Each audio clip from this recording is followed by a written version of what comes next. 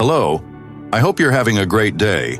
Today we'll talk about a story in which an angel and a demon must join forces to find a way to save the world as the end times approach. So today we're going to look at the series called Good Omens. The show begins with God explaining that the earth was created in 4004 BC on October 21st at 9:13 in the morning. Then he says we're about to witness the end of days, which is accurately predicted in a book called The Nice and Accurate Prophecies of Agnes Nutter, written by a witch named Agnes Nutter. The scene then moves to the Garden of Eden, where a snake emerges from the ground and tempts Eve to eat the apple. She walks up to the tree of knowledge, bites into the forbidden fruit, and even shares it with Adam. Later, when Adam and Eve are cast out of paradise, we see an angel named Aziraphale watching them from atop the wall surrounding the Garden of Eden. The snake slithers beside him and transforms into a demon named Crowley. The duo discusses God's decision to banish Adam and Eve. Crowley speculates that placing a big tree full of delicious apples in the middle of the garden means God wanted them to learn good from evil. Otherwise, he would have put it on the moon or somewhere else unreachable. On the other hand, Aziraphale says God's plans are beyond his understanding. Suddenly, the demon points out that his counterpart used to have a flaming sword, which now mysteriously is missing, just as they see Adam using a flaming sword to fight a lion. Aziraphale confesses to having given it away to help humans survive in the desert. The angel nervously asks if he made the right choice. Laughing, Crowley suggests it would be funny if he, the demon, did the right thing, and Aziraphale, the angel, did the wrong one. At that moment, the first storm in the world begins, and Aziraphale lifts his wing to shield Crowley. This marks the beginning of the oldest friendship in the world. We jump ahead thousands of years. Now there are only 11 years left before the end of the world. In a cemetery, two dukes of hell, Hastur and Liger, rise from the ground. They complain that Crowley is late and say they don't trust him because he's been on Earth for too long and may have grown too close to humans. Shortly after, Crowley arrives in his Rolls-Royce dressed like a rock star. Then the three demons share the steps they've taken to claim souls for their master, Satan. While Hastur talks about planting doubt in a priest, Liger mentions convincing a politician that accepting a small bribe was fine. Crowley, on the other hand, boasts that he took down an entire cell phone network for several hours. Then, Hastur and Liger hand Crowley a basket with a crying baby inside and ask him to take it to the Chattering Order of St. Beryl. That baby is the son of Satan, the Antichrist. Dismayed, Crowley realizes that the Antichrist's appearance means the end of the world is near. Even though as a demon he's supposed to hate God's creation, Crowley secretly loves Earth and its ways. However, he takes the baby because the order came directly from down below. Elsewhere, in the convent, a group of nuns dedicated to serving Satan hold a meeting. They review the plan to receive the Antichrist from Crowley and swap him with the baby born to the wife of an American diplomat named Thaddeus Dowling. Everyone is assigned their tasks, except Sister Mary Loquacious. When she asks what she should do, the Reverend Mother tells her to go fetch some cookies with pink icing on top. However, things start going wrong when another couple, the Youngs, arrive because Mrs. Young has gone into labor earlier than expected. She's quickly taken to room 3, and Mr. Young is sent to a waiting area. A few minutes later, Crowley arrives at the hospital, unaware that there are now 2 couples giving birth at the convent instead of 1. Mistaking Mr. Young for the diplomat Dowling, the demon asks which room his wife is in. Thinking Crowley is the doctor, Mr. Young points him to room 3. By now, both women have given birth to healthy blonde babies. Eager to be rid of the responsibility, Crowley hands the basket to Sister Mary and tells her to take it to room 3. Sister Mary places the Antichrist in a baby carrier and brings it to room 3, where Mrs. Young's baby is also present. When Mr. Young enters, the nun mistakes him for the American diplomat and identifies the Antichrist as his baby. Shortly afterward, the Reverend Mother's second-in-command arrives, looking for the Antichrist as they wait outside Harriet Dowling's room to perform the exchange. Not wanting to speak openly in front of strangers, They try to communicate with winks. However, the result is that Sister Mary gives the Young's baby to the Reverend Mother's assistant instead of the Antichrist. This means that, unlike their original plan, the Youngs take the Antichrist home as their child. After the baby swap is complete, the sisters urge the couples to name their babies. The Reverend Mother convinces Harriet Dowling to name her baby Warlock, and Sister Mary persuades Mr. Young to name his child, actually the Antichrist, Adam. The next day, Crowley and Aziraphale meet to discuss the end of the world and what they should do. They get very drunk and lament the fate of all the things they love when the apocalypse begins. However, neither of them can sabotage their sides to stop Armageddon, but they realize they can try to influence the Antichrist as he grows up. They hope that if he's raised with equal parts good and evil, the two will cancel each other out and he'll turn out to be a normal human child. 5 years later, Crowley appears at the Dowlings' home as a nanny, while Aziraphale becomes a humble gardener. The angel tries to teach the child to respect all living beings, while the demon sings him bloodthirsty lullabies to help him sleep. Later, Aziraphale reports to the archangels, Gabriel, Michael, and others, about his progress. They praise him, but also say they'll understand when he inevitably fails. To Aziraphale's surprise, heaven wants Armageddon to happen just as much as hell does. 6 years later, the true beginning of the end of the world finally arrives, as it is Warlock's 11th birthday. Hell sends Crowley a message through his car radio, saying they're sending the Antichrist a hellhound as a gift. When the boy names the beast, he'll fully regain his powers, officially triggering the apocalypse. Alarmed, Crowley and Aziraphale decide they must prevent the dog from reaching the boy. They plan to intercept the hellhound at Warlock's birthday party. To do so, Crowley disguises himself as a waiter, and Aziraphale insists on being the party entertainment, dressed as a magician. His performance goes terribly, and the children start a food fight. After the chaos, they realize the hellhound never showed up. Crowley speaks with the Duke of Hell, Hastur, who insists that the dog was released on time and should already be with the boy. This means one thing: they've been watching the wrong child this whole time. Meanwhile, in the town of Tadfield, Adam Young, the real Antichrist, and his friends are playing in a wooden fort in the woods. By all accounts, Adam seems like a normal, well-adjusted kid. They talk about his birthday and what gifts he's hoping to receive. Coincidentally, Adam really wants a dog and feels confident he'll get one. At that moment, as Adam's friends ask what kind of dog he wants, the hellhound approaches. The enormous beast with glowing red eyes and a mouth full of sharp teeth stops and listens to what its master desires. In a surprising twist, Adam declares that he doesn't want a big, scary dog. Instead, he wants a small, playful, and clever dog that can learn tricks and chase rabbits into burrows. The other children ask what he'll name it, and he confidently says he'll just call it Dog. Right then, the hellhound transforms into a small British terrier, and the countdown to Armageddon officially begins.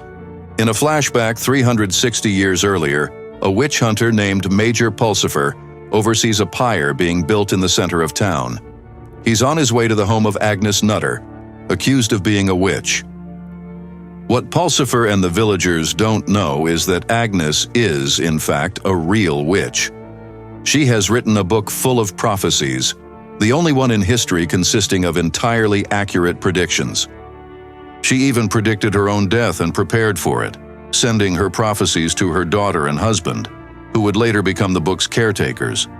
As Pulsifer and the villagers tie Agnes to the stake, she gestures for them to come closer and witness the burning of England's last true witch.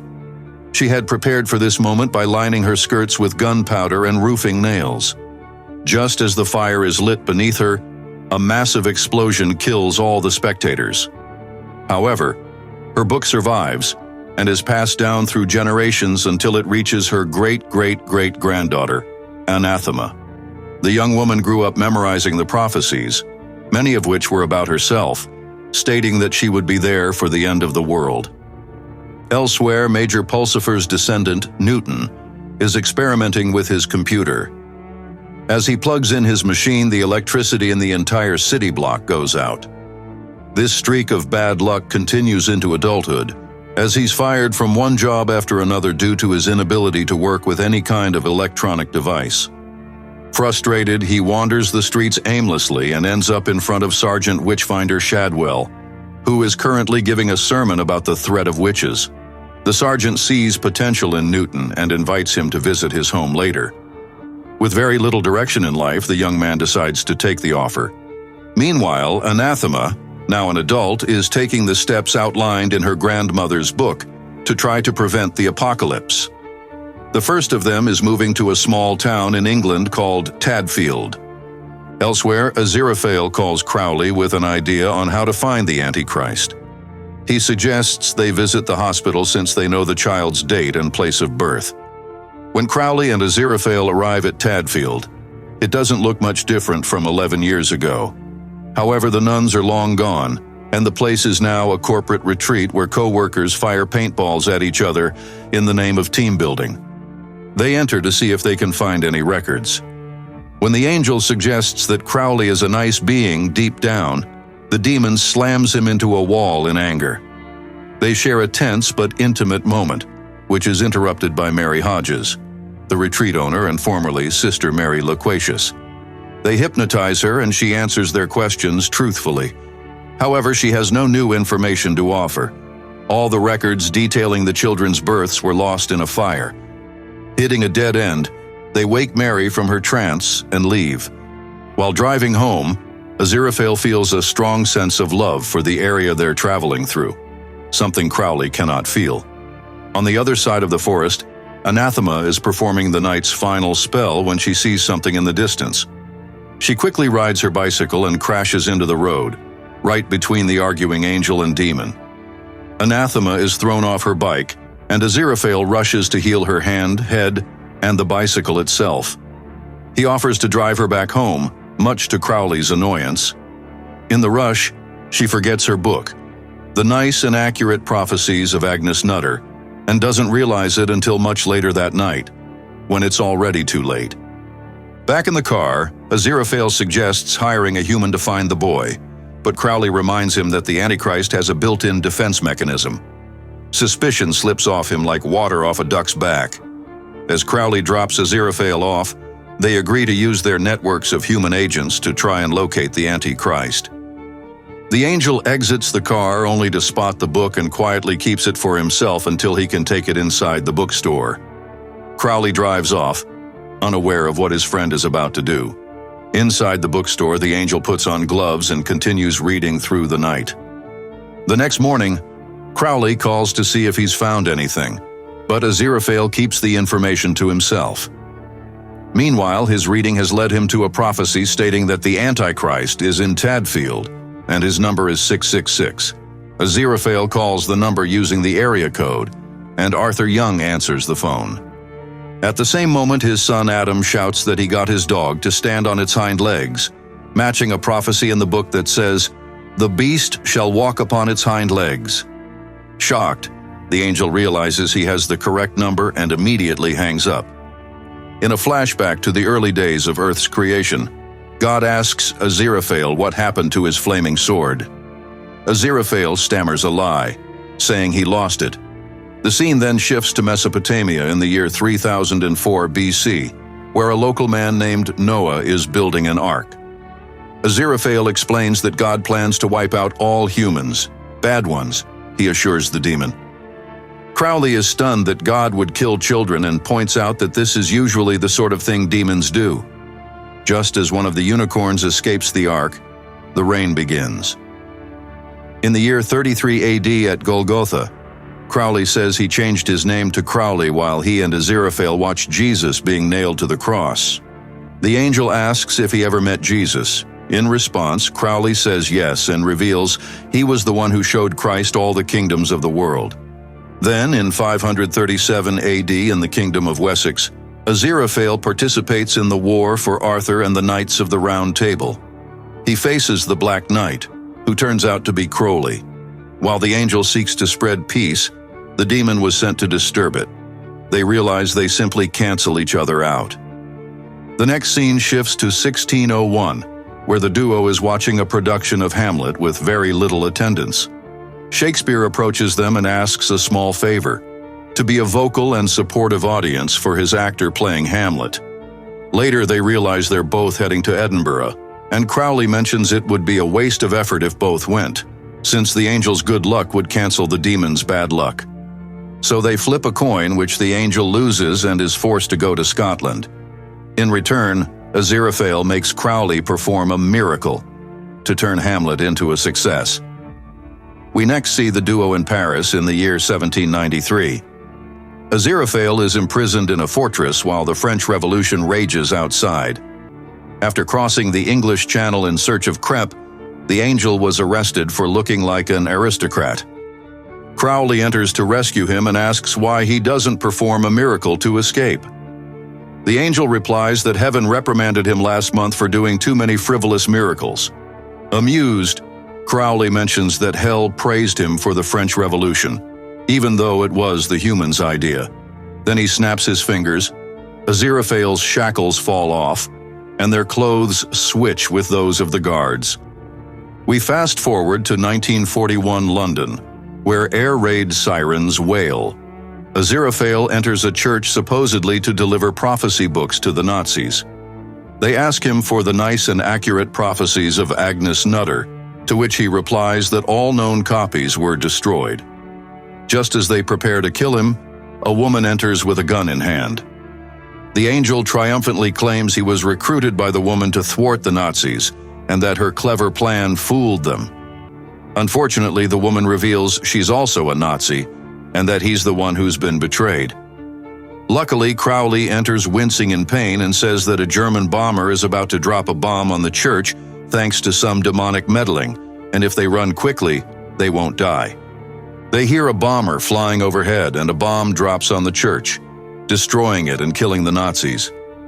Miraculously, both Aziraphale and Crowley come out unharmed, and the latter even saves Aziraphale's books. 26 years later, in 1967, Crowley assembles a group of thieves and criminals to carry out a heist in London's Soho. Among them is a young Shadwell.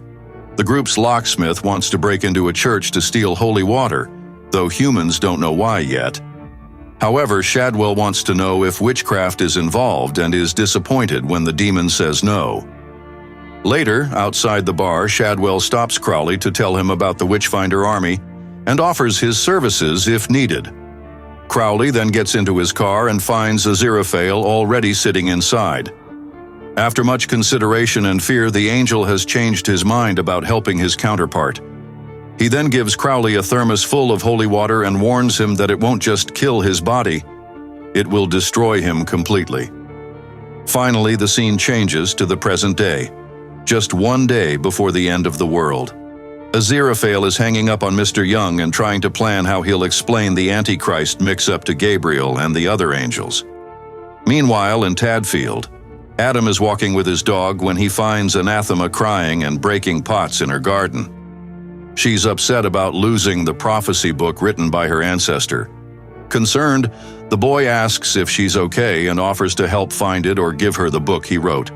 She invites him inside for lemonade, but his dog hesitates to enter due to the horseshoe nailed over the doorframe to ward off evil. However, Adam calls him in, and a bit more hell escapes from the hellhound. Back in London, Newton is looking over the Witchfinder army's artifacts when he comes across Shadwell's ledger.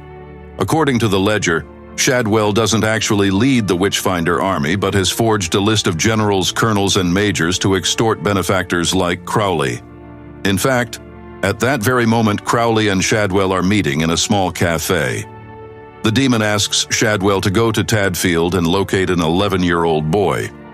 Meanwhile, in Tadfield, Anathema explains ley lines and auras to Adam, who is eating it all up. He's especially excited that the witch can read people's auras. Curious, the boy asks if she can read his, and she realizes she can't. However, she doesn't give it much importance and instead tells him about how to save the environment, the dangers of nuclear power plants, and how we should get rid of them. On the other hand, Adam absorbs everything like a sponge. When Anathema sends him home with a stack of new Aquarian magazines, He takes them eagerly. Meanwhile, in heaven, Aziraphale meets with Archangel Gabriel, Michael, Uriel, and Sandalphon to tell them that hell may have lost the Antichrist. He tries to explain that the real Antichrist isn't with the U.S. ambassador but somewhere else, and he offers to find out where. It's clear Aziraphale really doesn't want a second war, but the angels are committed. After dismissing his concerns, they send him away. The angels gather to discuss their growing distrust of Aziraphale. They decide he has been lingering on Earth for far too long. Back in London, Aziraphale tasks Shadwell with sending men to Tadfield to investigate Adam Young. Then he assigns Newton the mission to go and examine the village. Meanwhile, in Tadfield, Adam tries to talk to his parents about all the new things he's learned.